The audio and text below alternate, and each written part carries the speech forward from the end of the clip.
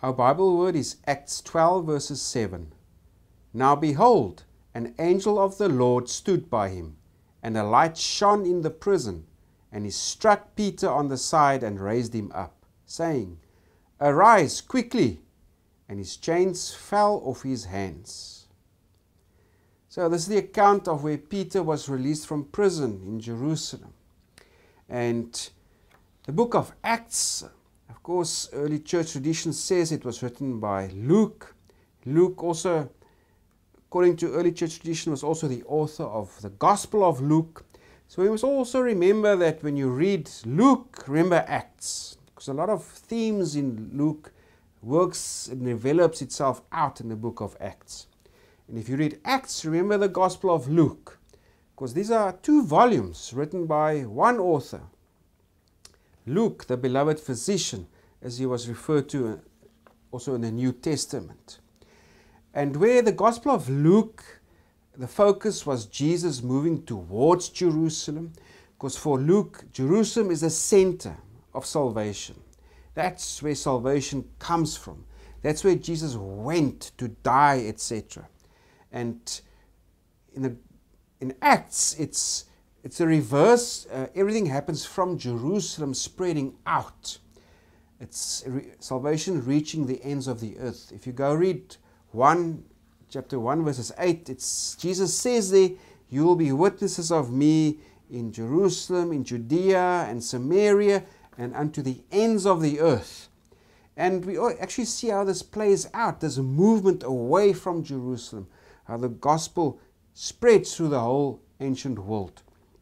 For example, Jerusalem, there in chapter 1, verses 1 to 6, and etc., and verses chapter 7, but also to Judea and Samaria, and chapters 6 to 9. It reaches the Gentiles from chapters 9 to 12. It goes to Asia from chapters 12 to 16, and then Europe, and then eventually Rome. So we can see how this theme of spreading the gospel, what Jesus says, that there will be witnesses of him, how it works itself out in the book of Acts. Because for Luke, it's very important. For Luke, Jesus is the Savior of all people. And everybody is invited. Everybody can participate in this. That's the worldwide view of the author here. That's what the gospel means. It's God going out to all people in order to redeem them. And Luke in Acts, he recounts events of the early church that happened roughly between the years 30 to 62 AD. That is when Jesus, the time of his death, resurrection and ascension. And also when Paul was imprisoned, or at the end, Luke speaks of Paul that he was in prison for 2 years. Now Paul went to Rome as a prisoner roughly 60, and if he was there for 2 years, in other words, the narrative tells us of events up to 62 AD. Why it stops there, we do not know. Why the author tells us of things that happened after that. So it's a good question of why the author, unfortunately for us, because we would like to know more, but that's where the narrative ends. It extends from 30 to the year 62 AD. Also, what we find in chapters 20 to 28 are the we passages. In other words, the author, whoever wrote the Acts, speaks as if he was accompanying Paul on his travels. He says, we traveled here, we went there, etc. So it's for the last 10 years of Paul's missionary life that Luke, or the author, accompanied Paul on his missionary travels. And so that means he accompanied, if you go read Acts 20 to 28, he accompanied Paul on his journey to Jerusalem, also in his imprisonment in Caesarea, and then eventually his trip to Rome. So if Luke was the author, he was an eyewitness to these events, but only from what happened in chapters 20 to 28. So now we have an incident involving Peter. So the early chapters of Luke, is the emphasis on Peter and what happens around Peter and the other apostles. Later on, the emphasis is on Paul. What happens to Paul as he goes away to the Gentiles more extensively. And what happened is that there was this king at that time. His name is Herod Agrippa. And this king Herod Agrippa, he was the great-grandson of Herod the Great. Remember Herod the Great? He was a king who was the king of the Jews at the time when Jesus was born. Now we have Herod Agrippa. And Herod Agrippa, he ruled Judea between 41 to 44 AD. So we know this event when Peter was imprisoned happened around this time, perhaps towards the end of 43 or in 44 AD. That's when this event happened. And Herod, of course, he was appointed as king also of Judea by the Roman Emperor Claudius. Herod Agrippa, he was actually sent as a child to Rome, and he received a Roman education. And so, of course, he was very good friends with the Romans, also the emperors like Claudius, and also the emperor before Claudius.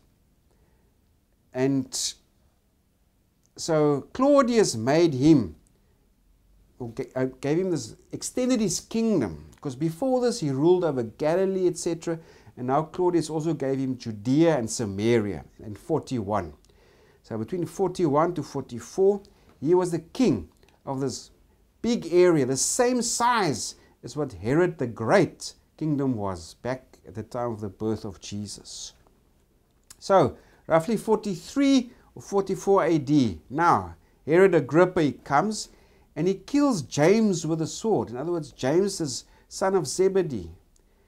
Now that probably means he was beheaded, because to be killed with a sword, that was a Roman form of execution. So it looks like James was beheaded. And then Herod Agrippa, he sees that now that pleased the Jews, so he also puts Peter into prison.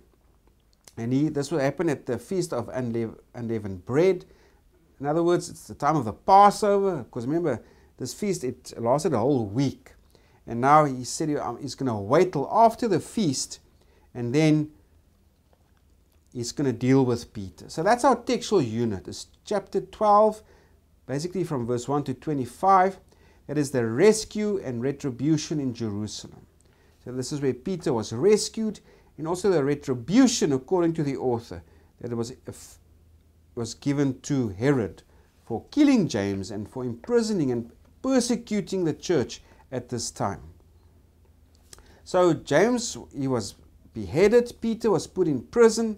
And of course the church there in Jerusalem, there were various churches. If you read, it wasn't just one house church. There were many different house churches that gathered. And one of these homes is referred to the house of Mary. Now obviously she must have been quite a significant person, because the church gathered in a home. There must have been a big home for them to come and gather in. And it also says that she was the mother of John, called Mark. According to early church tradition, this Mark was also the author of the Gospel of Mark. But we're not so sure about that. But that's beside the point. But it's interesting to know. So that this is house church in the house of Mary. They pray for Peter. And now Peter's in prison. He's asleep at night. And that's now where a bit of humor comes in also. The angel taps him on the side. He tells him, wake up, let's go read our Bible word again. It says, now behold, an angel of the Lord stood by him, and a light shone in the prison, and he struck Peter on the side and raised him up, saying, arise quickly, and his chains fell off his hands. So, but the narrative as it goes on here, it says that Peter was still asleep. He was still in a daze. So, because he thought he was having a dream or a vision in a dream. He wasn't fully by his senses. So imagine this Peter accompanying this angel out of the prison, and he's still half asleep. So that's kind of a funny element to the story also. Also, the author speaks of these guards. There were these various watches, and guards, they normally changed every 3 hours, and on every watch there's 4 assigned. The narrative says that Peter was or in chains between two of them, and two were outside the door. So this obviously refers to Roman soldiers. So, but anyways, the angel intervenes, the chains fall off Peter, the guards, they're asleep or whatever, and the door opens. Eventually the gate that leads to the city also opens, and only then Peter comes to his full senses. Now he's awake. And he says, yeah, well, this is what has happened. This is God has delivered me. God has rescued me. And then, now Peter goes to this home of this Mary, where one of the house churches in Jerusalem gathered. And if you read in verses 13,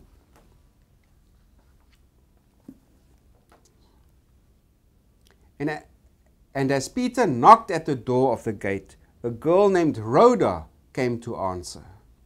So here's another funny thing that happens here. Now, Rhoda, that's actually a nickname.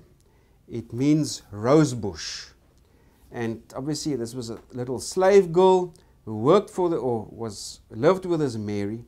So she comes to the door, little rosebush.